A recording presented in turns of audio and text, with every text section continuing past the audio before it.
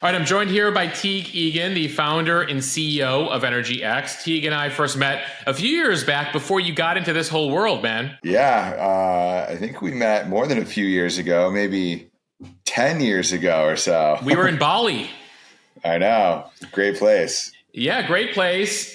You were not involved in lithium drilling and this whole energy space. How did you find your way into it? Yeah, I wasn't. I started EnergyX in 2018. I think we must have met around 2015 or so. Yeah. But I got into lithium and the energy transition for two reasons. One, it's a passion of mine. I want to keep the world environmentally healthy.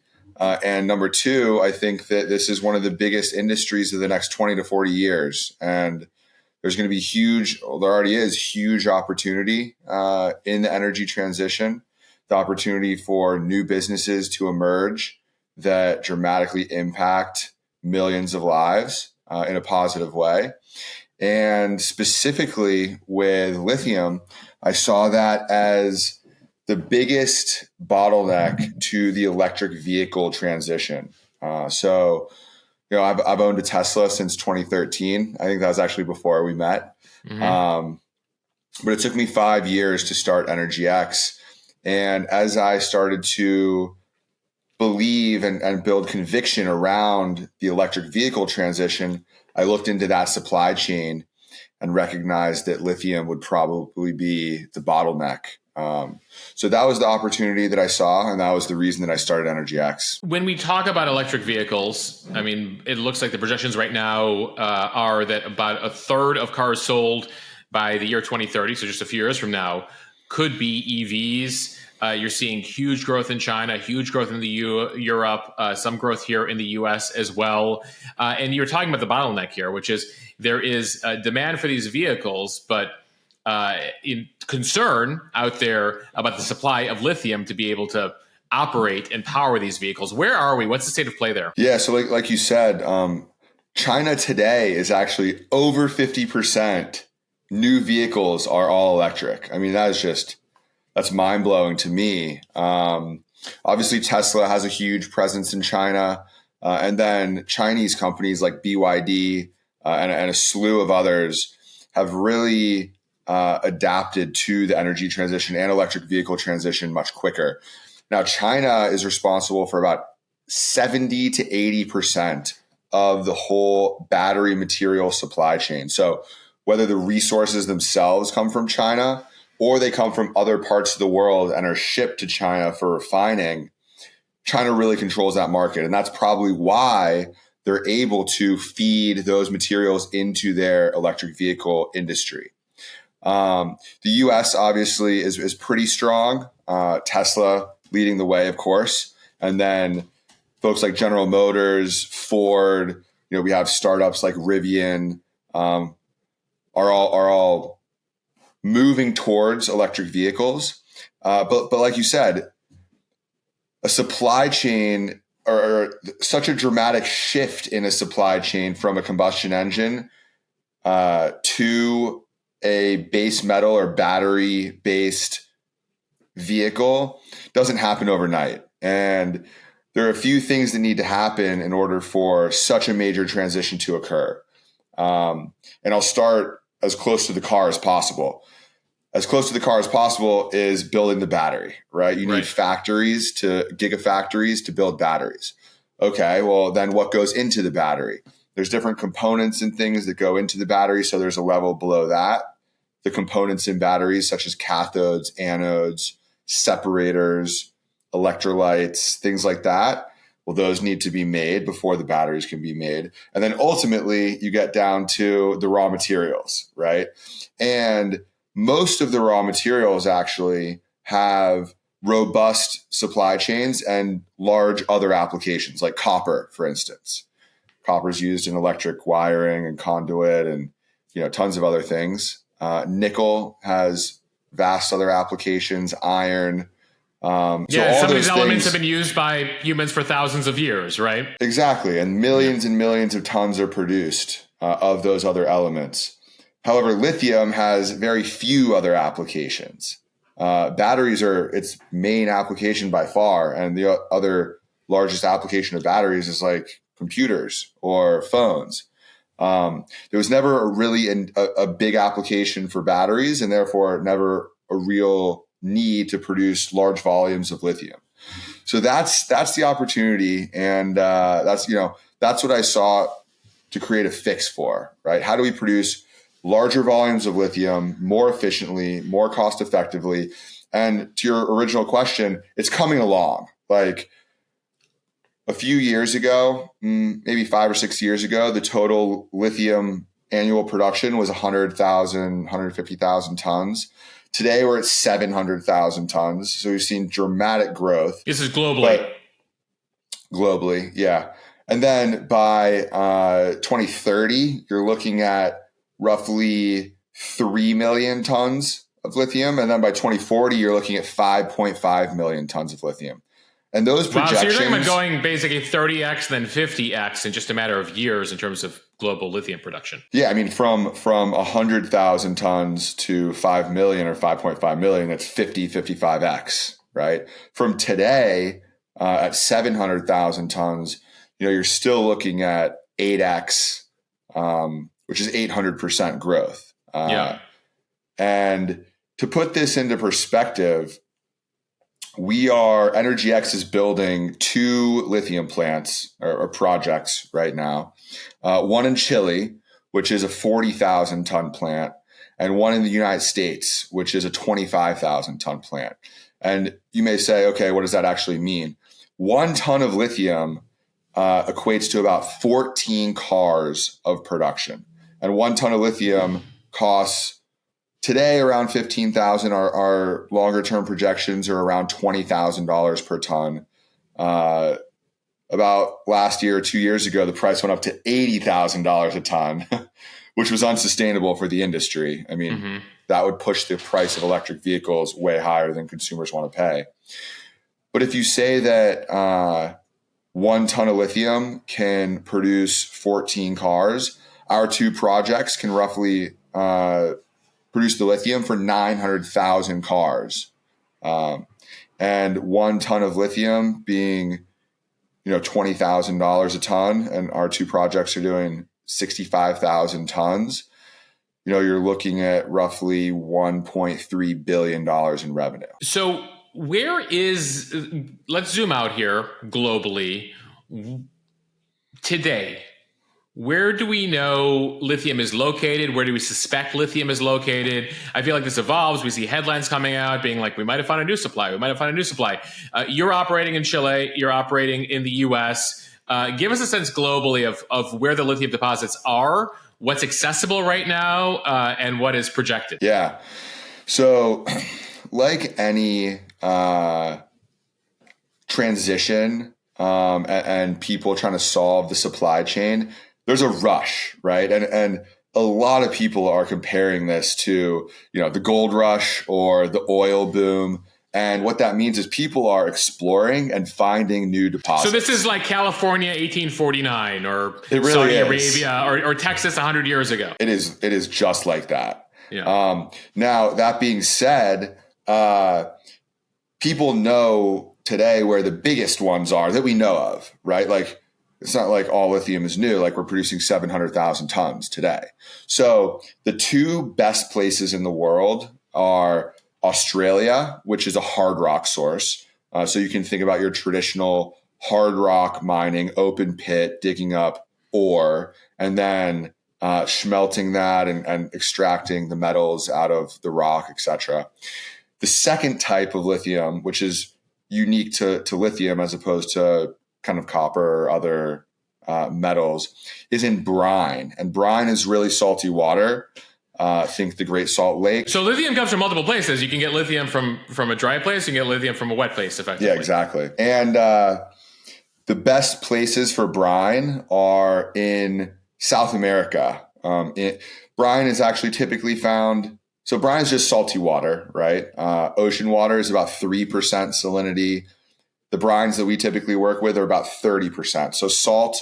So when it rains on the mountains and the rain water finds its way out, it kind of catches minerals from these huge volcanic formations, be it the Rocky Mountains, where you have Utah and the Great Salt Lake, or South America and the Andean mountain range, where there's a place known as the Lithium Triangle, which is the most concentrated, highly dense area of lithium in the world, which is a triangle between Bolivia in the north and then Chile and Argentina in the south of the triangle. So this is the area people might know as the salt flats there. Exactly. And this is the place. So Australia is number one because we know how to extract open pit mining lithium. Chile is number two. Argentina is building up their lithium industry. These are the places that we get the vast majority of the lithium today. Exploration is happening. Like in the United States, obviously we have the Great Salt Lake and people are looking at salt flats in Utah, Nevada.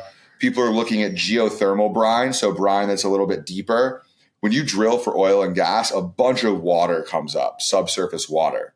And in that water, there's volcanic formations underneath that some have good lithium. So the Smackover Formation in Texas into Arkansas, Louisiana has shown to have really good lithium.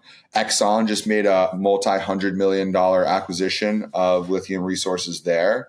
And that's where our second project is, in addition to Chile. So that's interesting. So sort of like oil and gas, sort of, older energy sources, they're discovering some utility and the ability to be involved in some of these new energy sources. Yeah, I mean, lithium is really interesting because it's kind of at the intersection of a lot of these different industries, but have a lot of similarities. And what I mean by that is that you think about traditional mining, right? These big companies like Rio Tinto or BHP that produce the vast amount of the world's copper and these big open pits and zinc and gold, and lithium is produced like that from one way. So big mining companies are getting into lithium. Then you have oil and gas companies, because pulling up brine from subsurface, I mean, a lot of water and brine produced water comes up with oil and gas. Exxon is thinking, hey, this is our expertise. We drill a hole or poke a hole in the ground and all this fluid comes up, and then we refine that to create a product. It's another revenue source for us. Exactly. So they have a huge amount of synergy or existing expertise in doing that. Now, the refinery methods are a little bit different, and that's how EnergyX got into the game. But oil and gas companies see a huge future in that. Plus, it's a big threat to their business, right? So like as the world electrifies, and especially electric vehicles, and oil and gas or gasoline may diminish, they obviously want to be there in whatever that new thing is. And then the third is big chemical companies, groups like BASF or Albemarle that make these specialty chemicals. Lithium used to be categorized as a specialty chemical. Just kind of like the final product can be derivatives of different chemistries, like lithium hydroxide versus lithium carbonate versus lithium chloride. So groups like BASF and Albemarle are very heavy into lithium as well. And it's this convergence of mining, oil and gas, and specialty chemicals companies, which is great for us. I mean, that means more investment into the sector. Yeah. So you outlined a number of companies, number of sectors getting in there.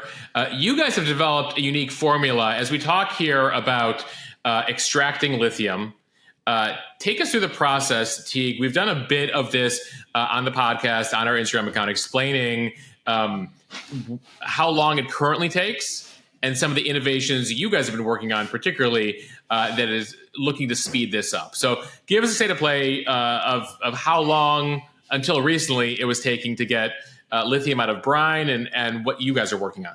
Yeah, I've seen some of your posts. They're pretty informational. I tried to explain it in a very basic way to people who have you're years now in the energy industry, but to our parents, to anyone out there, like, okay, this is where it is. This is how long it takes.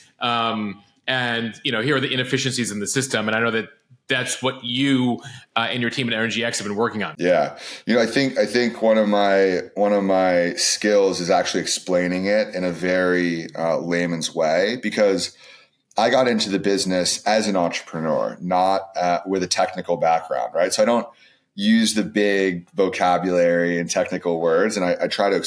That's how you have to explain it to investors, to potential partners. So here's kind of like the spiel.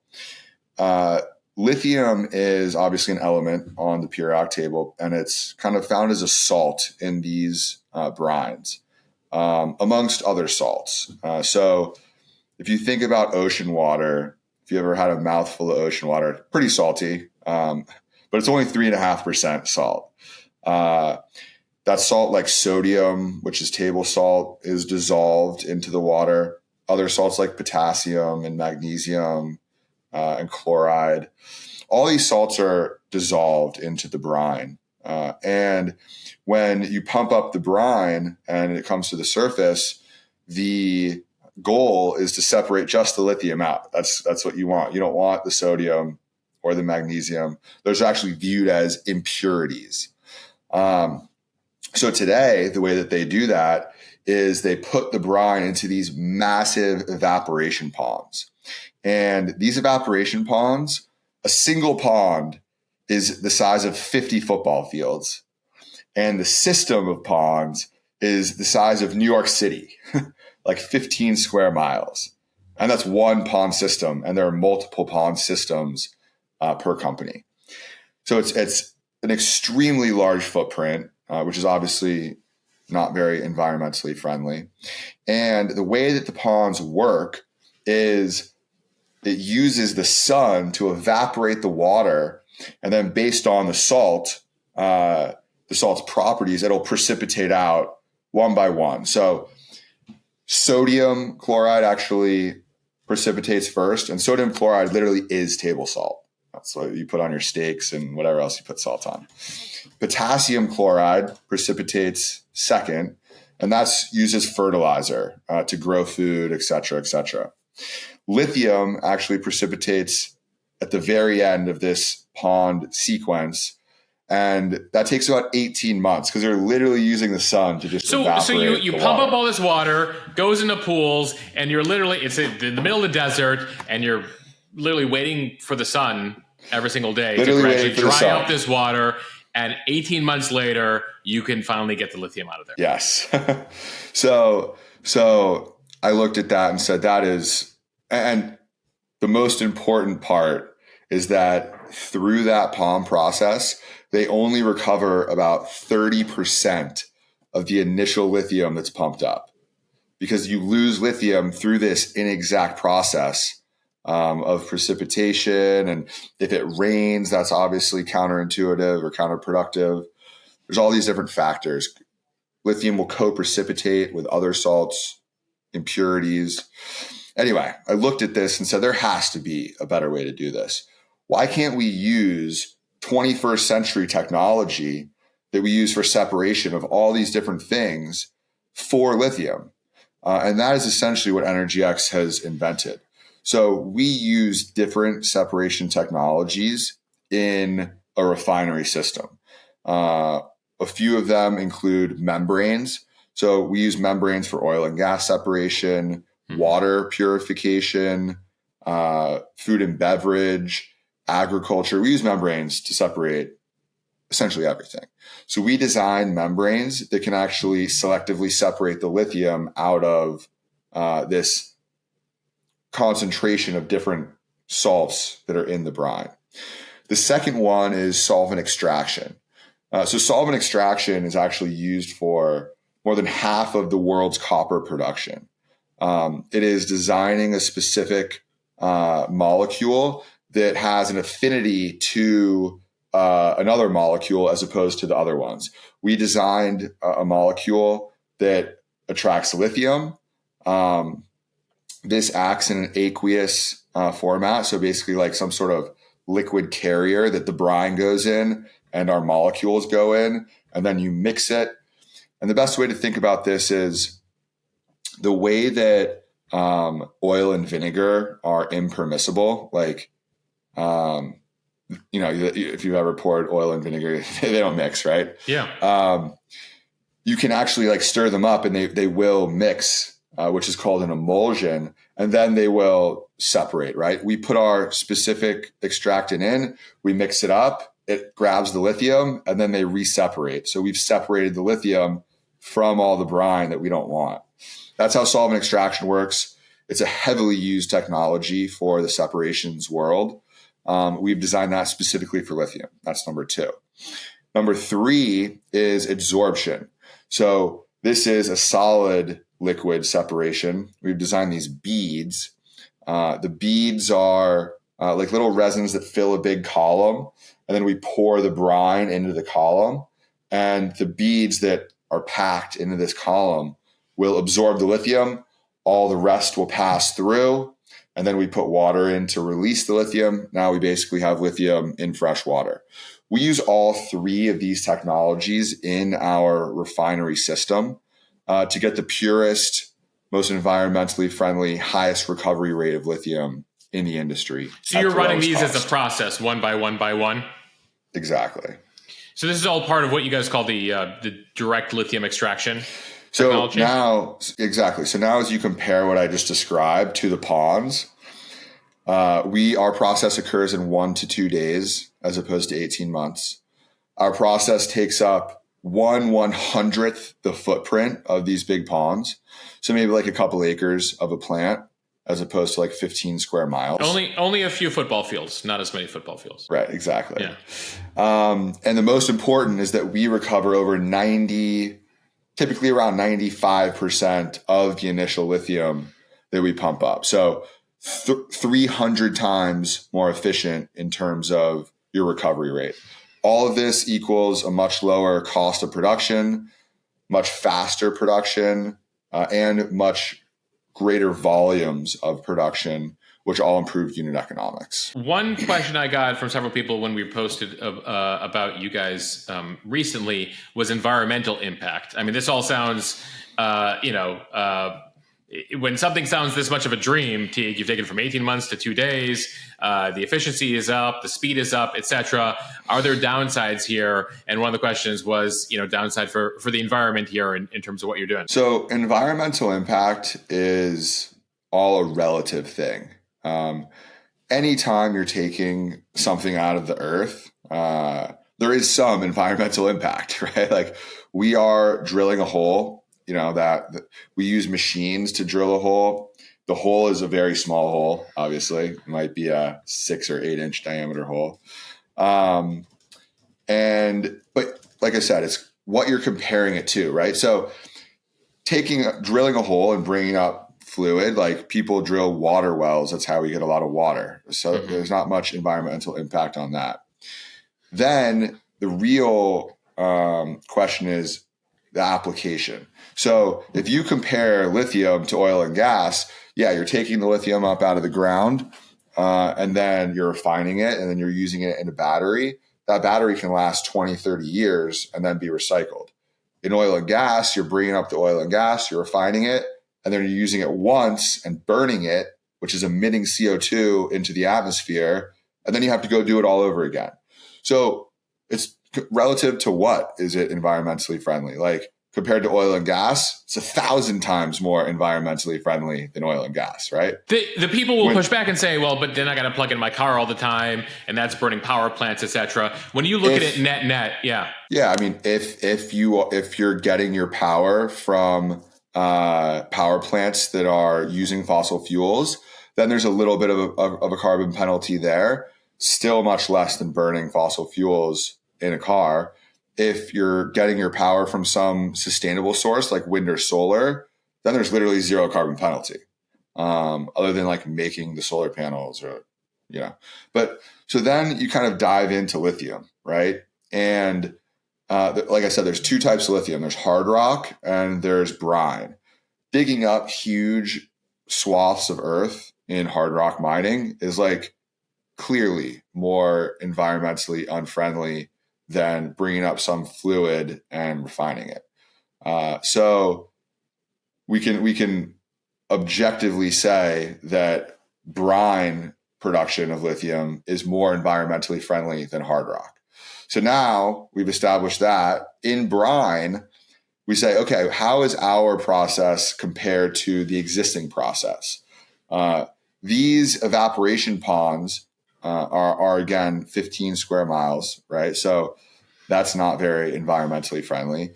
However, they do use the sun. I mean, there's no power. There's no power cost for the evaporation ponds. We do have to use power to power our plant.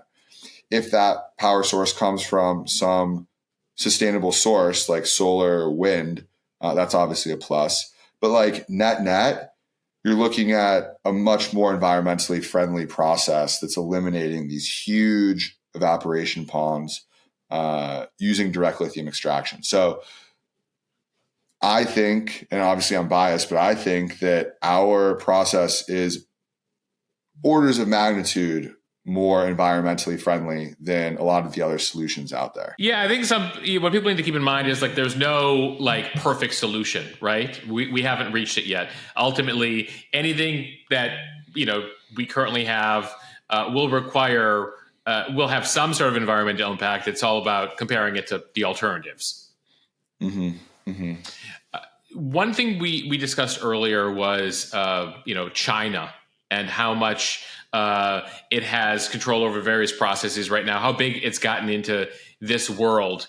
Where is the U.S. right now versus China? Because I know in recent years, especially some of the legislation passed through the Biden administration, there's been a big push to try to make the U.S. more competitive when it comes to lithium. So I think that there's a few ways to look at this, and I'll explain my view.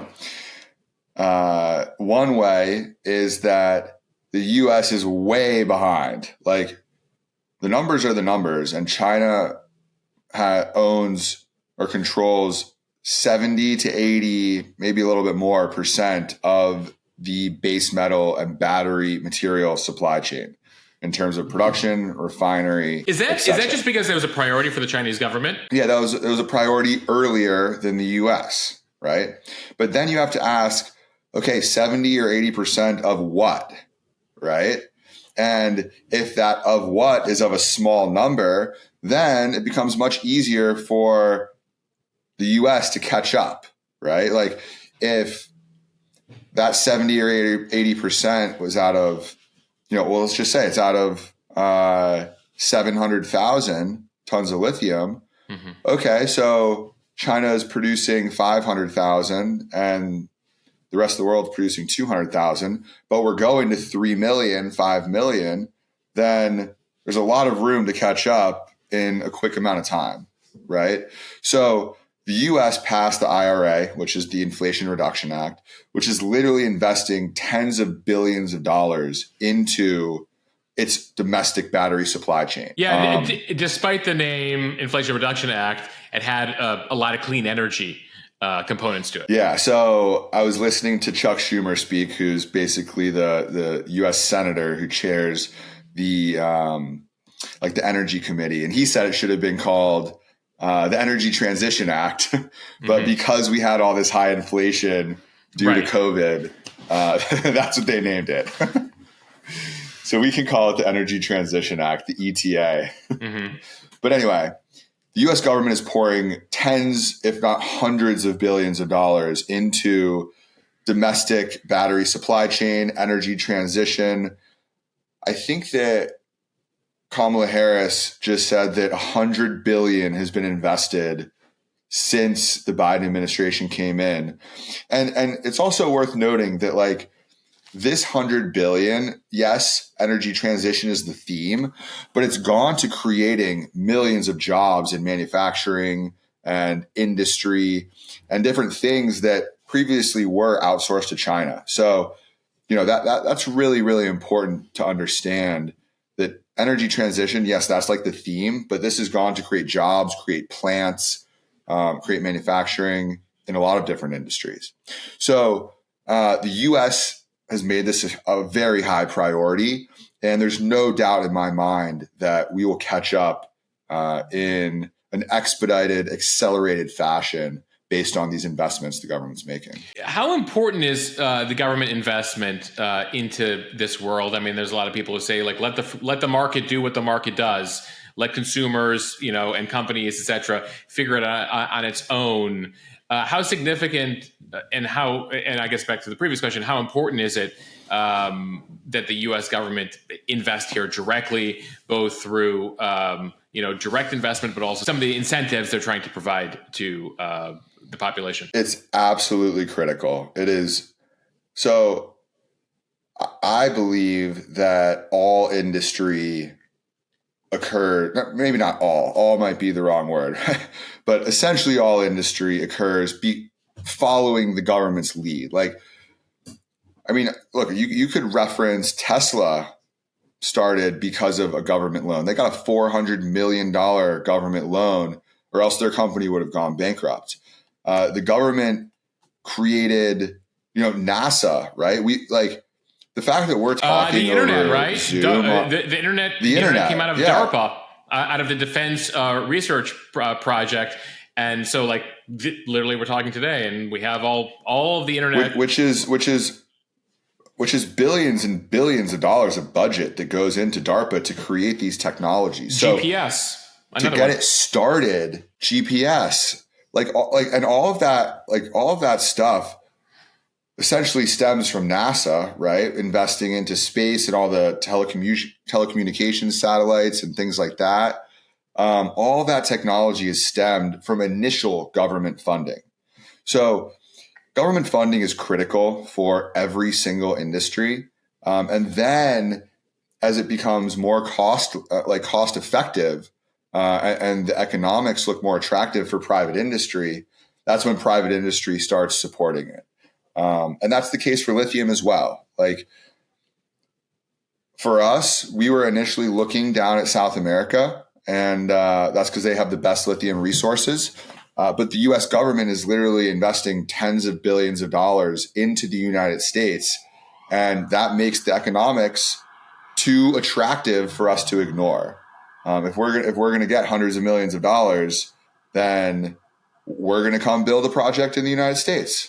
We have an election coming up here in the U.S. The two parties have generally different viewpoints when it comes to clean energy. You hear some people on the Republican side even talking about reversing some aspects of the Inflation Reduction Act, if that's possible at this point, and doubling down again on oil and gas.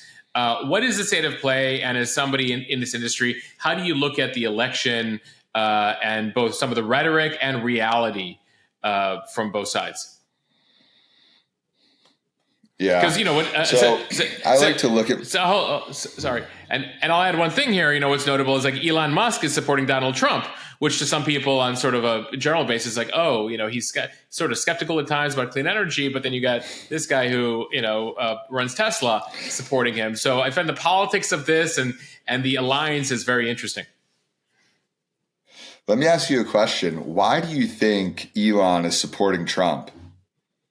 Well, I think that they are like-minded on a number of, larger political questions when it comes to social media, freedoms, etc. But, at the end of the day, I think that they go back several years, and Donald Trump is seen as a very business-friendly guy. So my views are this. The past 4 years for the energy transition has been the best ever. I couldn't have asked for anything more from the U.S. government in terms of supporting and investing into the energy transition.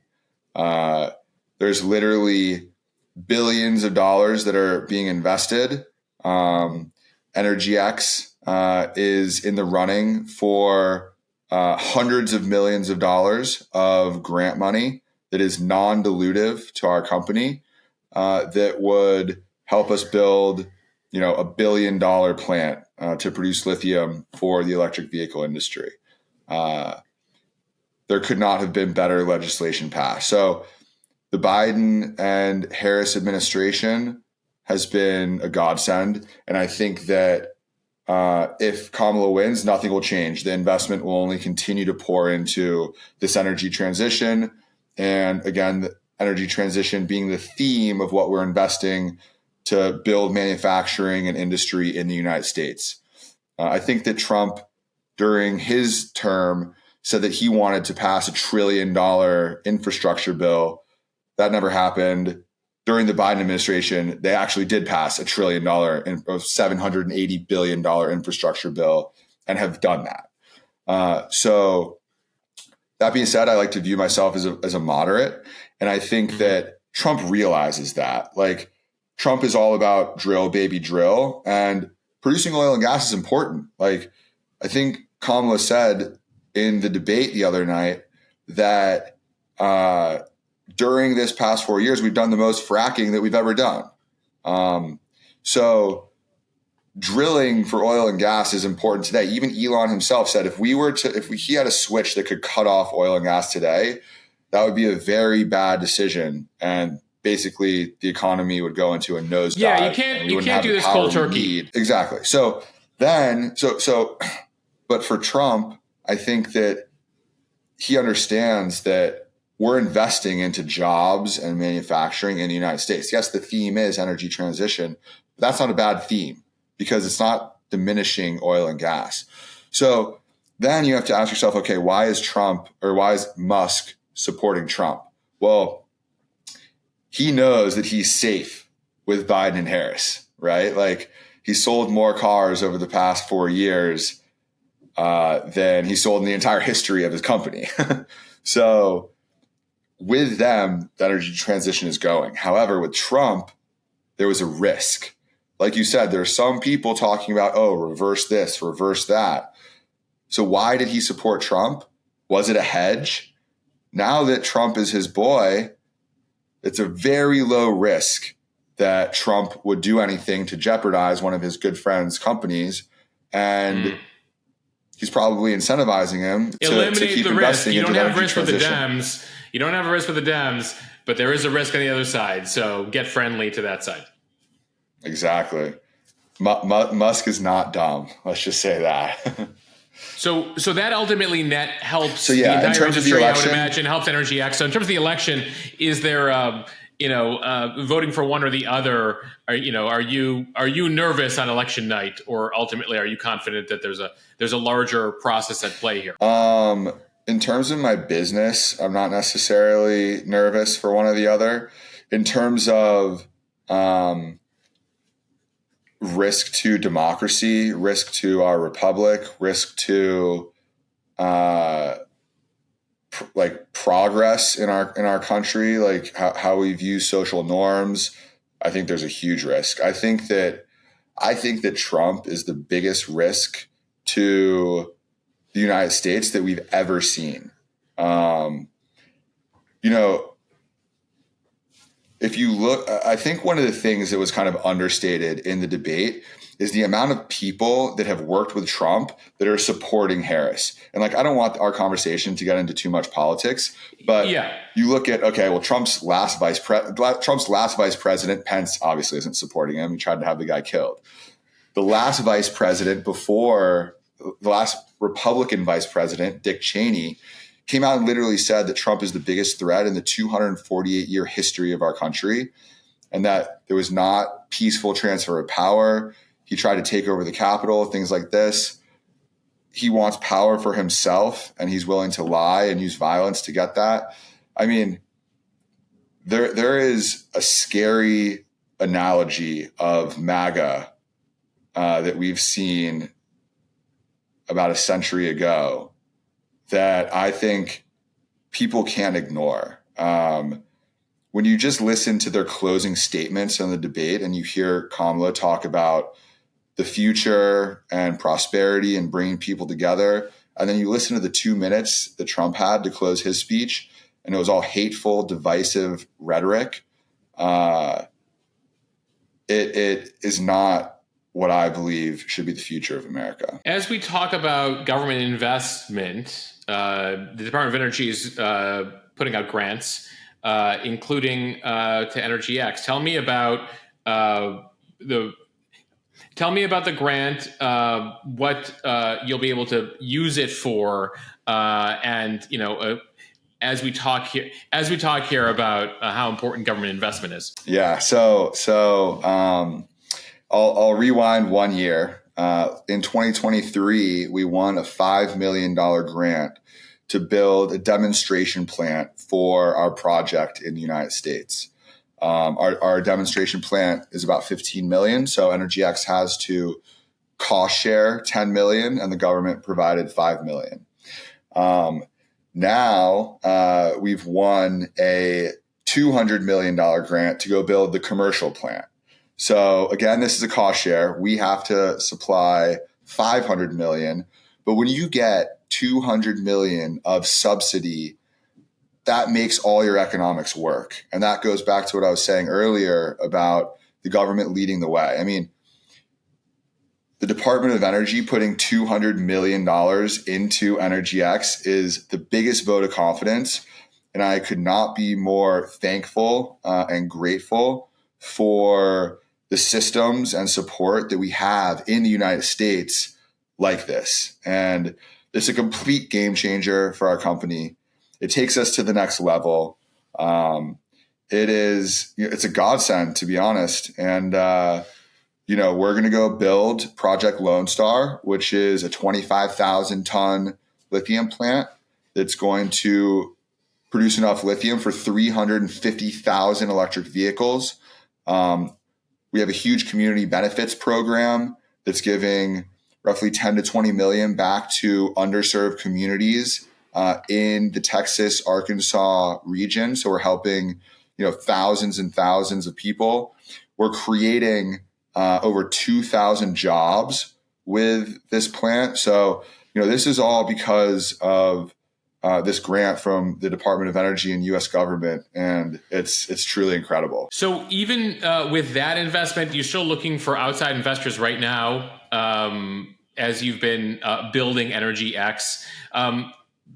Give your pitch to outside investors, people potentially listening to this podcast, as to why they should be investing in EnergyX. I'll give you my elevator pitch. Yeah. I mean, look, like I said, even with this grant, the company still has to cost share 500 million. And we work with big institutional financiers to do that. But going back to the beginning of EnergyX, I started this company 6 years ago with my own money. And I funded the first $1 million. And I had that money based on some prior successful businesses. But you have a founder, and now I've invested 3 million into the company. And then we did a small friends and family round. We raised a Series A. And my belief has been a little bit different than traditional high growth energy technology or technology startups. I not only want to raise money from the venture capitals and the strategic corporations, but I want to let the mom and pop investors or the retail or angel investors also be able to get into EnergyX and participate in the high growth before an IPO. Why should it only be left to the good old boys club or the venture capitalists to be able to get that 10 or 100x their return on their investment? I just think that's unfair. So what I've done is I've alternated investment rounds between VCs and retail investors. So after our Series A, we had a retail round, and the earliest investors got in at around 81 cents a share. Today, they've seen a 10x on their investment as we're selling shares at $9.50. But there's been step ups each time. So we did the 81 cents. And then we did our Series B, which was with big institutional investors, which was led by General Motors. So we have big investors on our cap table like General Motors, Eni, which is the Italian oil and gas conglomerate. They do 140 billion in revenue. This is basically Europe's equivalent of Exxon or Chevron. And then we have POSCO, which again is a relatively unheard of name, but they are a Korean battery company that is of the same likes of Samsung or LG. They do about 70 billion in revenue.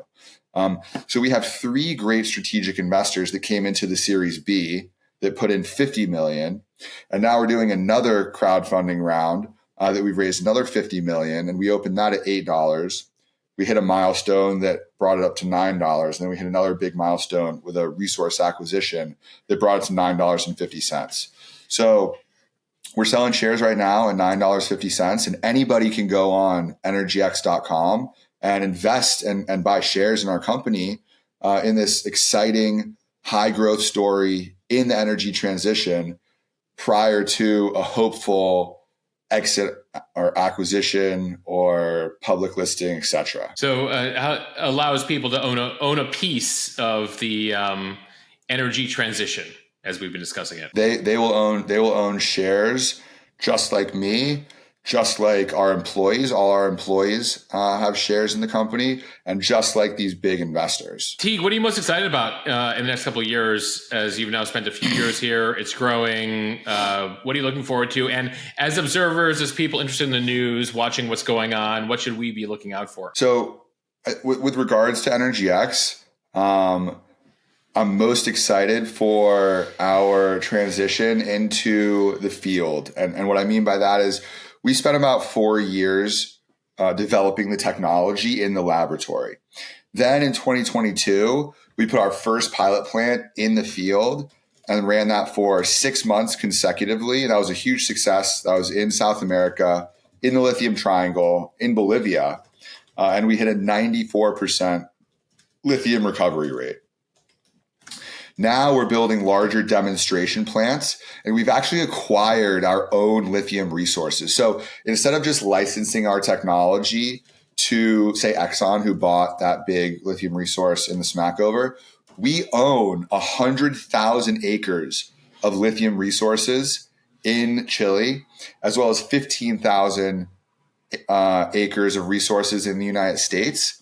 And we're developing our own projects. The one in the United States is the one that the DOE is supporting. That's Project Lone Star. The one in Chile is called Project Black Giant. We're building these bigger demonstration plants. We're doing the upstream work, drilling to get the brine. And upon the conclusion of these demonstration plants, we will go build these commercial plants that will produce 25,000 and 40,000 tons respectively. So we have an incredibly exciting 2 to 3 years upon us as we get into commercialization. That's what I'm most excited about for our company right now. Teague, good luck. Thanks for joining us here. And good luck with your short-term challenge as you, I understand, are flying very soon to Africa to climb Mount Kilimanjaro. I am flying there next week. Thanks, Mosheh. It was great seeing you, buddy. Living life on the edge. Good seeing you.